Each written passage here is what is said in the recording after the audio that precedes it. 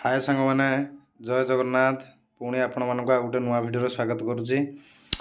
आज आम कथा सकाळे कि जिते बड़े भी हो चलबार तो अनेक फायदा अच्छी। आज आम कथा खाली पादर चलिए कौन फायदा मिले, खाली पादर चलिए कि खाली पादर दौड़े कौन फायदा मिले आज तापर टे कथा शुणु। मॉर्निंग वार्क करवा कि इवनिंग वार्क करवा तो शरीर पर बहुत उपकारी, कारण आपण प्रत्येक दिन जदि चलिए ताल आप ब्लड सर्कुलेशन बहुत भल रेहर, ऑक्सीजन मात्रा बढ़, देहरु टॉक्सिन सब बाहरी जीव।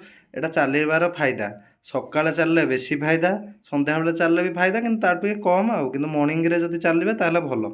किंतु खाली पादरे चलबार फायदा कौन देखिए, गोटे सर्भे देखुली गोटे गुगुल रे आज को प्राय 20 ରୁ 25 वर्ष तले पाखापाखि भारतर 60-70 भाग लोक खाली पादरे चली चली जाऊले, माने खाली पादरे प्रत्येक स्थान को खाली पादरे चलिले आम जो चलुँच माटी सांगे जो आम पाद संस्पर्श आसूची सेटा माटीर गोटे करेन्टा आम देह भितर फ्लो हुए, जो करेन्टा माने जो करेन्टा आम देह पाई बहुत उपकारी आउ देह को बहुत बेनिफिट दिए। तेणुक खाली पादरे चलिले जोता पिंधिकी कि आप बुट पिंधिकिना जदि चलुँच ताठारू बेसी फायदा मिल खाली पादरे चलिए।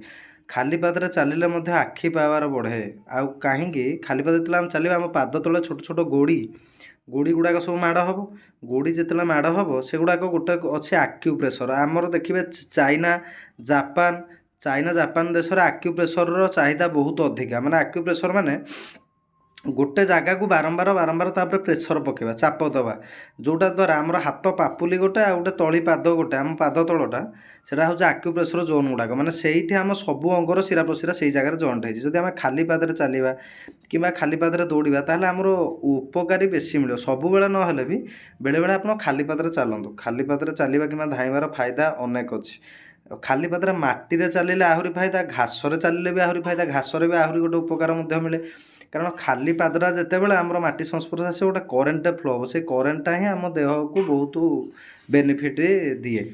खाली पादरे चलला मैंने आम आखि पावर जार कम थी आखि पावर भी बढ़ी आ बहुत गुड़े शरीर पर ब्लड सर्कुलेशन हम, सबू आमर internal organ kidney heart liver एगुड़ाक बहुत स्ट्रंग हो। खाली पाद चलते जो गोड़ी गुड़ाक जो माड़ हम तले देखिए गोटे गोटे लोक समझे कंटा कंटा पाद तापर माने जोता हो कंटा कंटा बाहर थी से गुड़ा ये कले से ब्लड सर्कुलेशन बहुत भल कहुए आक्यूप्रेसर। तेणु खाली पादरे चलतु, खाली पादरे चलने तार फायदा अनेक।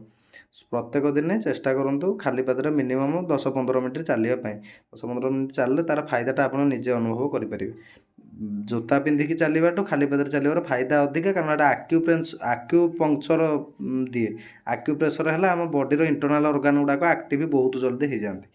जदि आज भिडियोटा भल लगी था भिडियो टी लाइक करेंगे, चैनल टी सब्सक्राइब कर रही। जय जगन्नाथ।